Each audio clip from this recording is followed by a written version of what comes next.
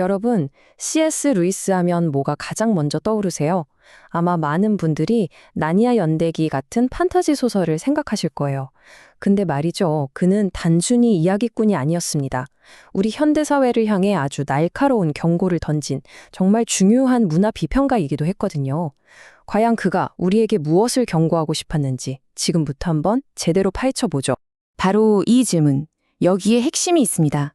루이스가 우리 시대를 향해 던진 경고의 모든 것이 담겨 있죠. 그는 단순히 재미있는 이야기를 쓰는 작가를 넘어서 우리 문명이 맞닥뜨릴 가장 큰 위험 중 하나를 정확히 꿰뚫어본 거의 예언가에 가까웠습니다. 자, 첫 번째, 루이스의 보이지 않던 경고입니다. 그의 경고를 제대로 이해하려면요, 먼저 이걸 알아야 해요.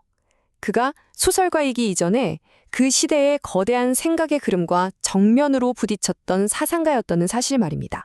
심지어 그가 기독교인이 되기 훨씬 전부터 20세기를 지배하던 생각들 속에서 뭔가 좀 위험한 낌새를 눈치챈 거예요.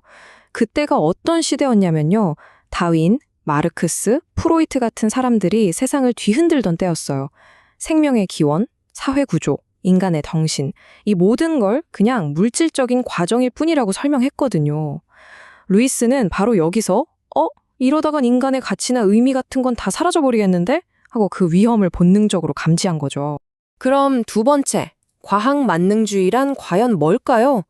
루이스가 그렇게나 걱정했던 그 위험, 그 정체가 대체 뭐였을까요? 그가 딱 꼬집어 말한 개념이 있습니다. 바로 과학 만능주의예요. 과학 만능주의? 이게 뭐냐면요. 존 웨스트 박사의 설명에 따르면 이렇습니다.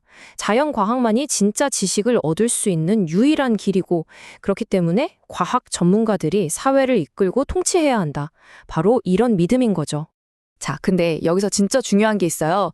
절대 오해하시면 안 됩니다. 루이스는요, 과학 자체를 공격한 게 아니에요.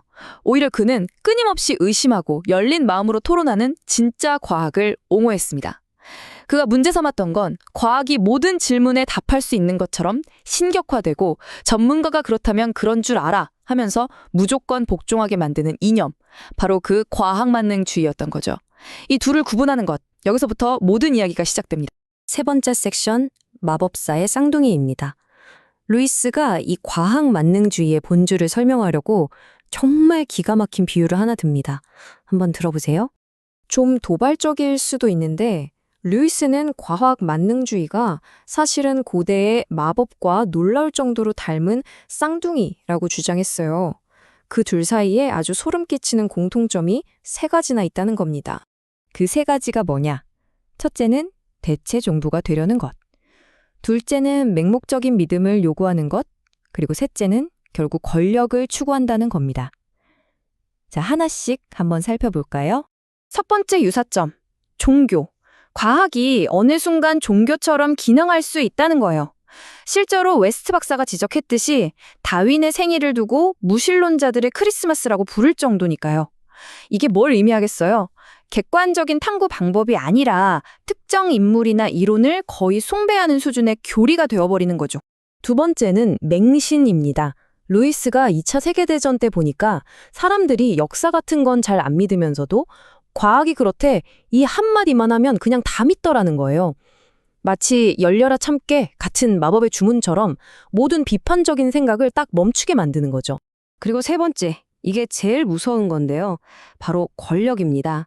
옛날 마법사들이 자연을 통제해서 세상을 자기 마음대로 바꾸고 싶어 했잖아요. 과학 만능주의도 똑같다는 거예요.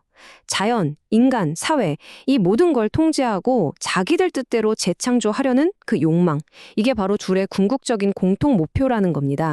네 번째 섹션, 전문가들의 힘입니다. 자, 그럼 이런 루이스의 경고가 그냥 머릿속 생각에만 그쳤을까요? 아니요. 현실에서는 이게 어떻게 나타났는지 한번 보시죠. 이게 그냥 이론이 아니에요. 실제로 역사를 보면 과학이라는 이름 아래 정말 끔찍한 일들이 벌어졌습니다. 20세기 초에는 다윈주의 우생학을 내세워서 강제로 불임 시술을 했고요. 중반에는 뇌엽 절제술이라는 게 기적의 치료법이라고 칭송받았죠. 그리고 멀리 갈 것도 없이 최근에 우리 모두가 겪었잖아요.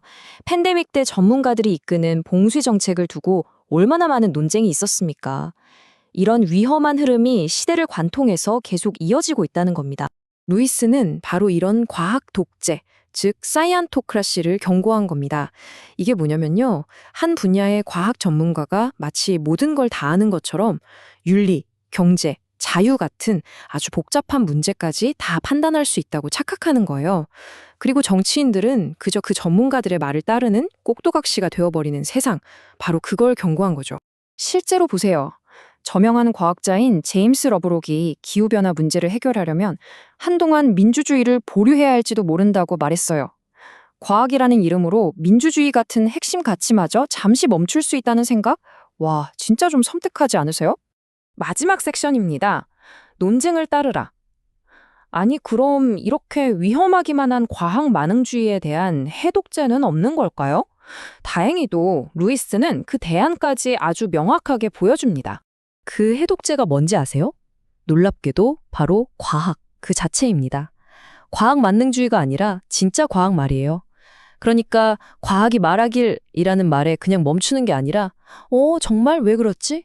하고 끊임없이 질문하고 의심하면서 토론하는 과정. 바로 그게 진짜 과학이라는 거죠. 루이스는 이걸 그냥 말로만 한 게 아니에요. 옥스퍼드에서 수십 년 동안 소크라테스 클럽이라는 걸 직접 운영했거든요. 거기에 일부러 자기랑 생각이 다른 무신론자나 비평가들을 초대해서 아주 치열하게 토론을 벌였어요.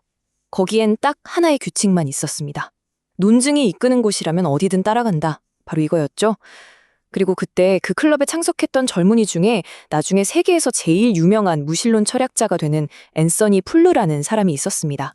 그리고 이 이야기의 결말이 정말 놀랍습니다.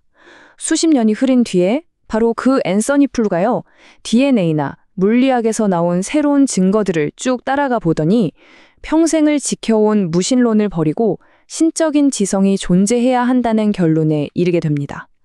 왜 그랬을까요? 바로 그 소크라테스 클럽에서 배웠던 그 원칙, 논증이 이끄는 곳을 따라간다는 원칙에 끝까지 충실했던 거죠. 결국 C.S. 루이스가 던진 경고는 오늘을 사는 우리에게 아주 중요한 질문 하나를 남깁니다. 데이터가 모든 걸 주도하는 이런 세상에서 과연 과학의 적절한 한계는 어디까지일까요? 우리는 과학에게 어디까지를 맡겨야 하고 또 인간의 고유한 가치나 지혜를 위해서는 어떤 영역을 남겨두어야 할까요? 그 답을 찾아야 하는 건 결국 우리 각자의 몫이 아닐까 싶습니다.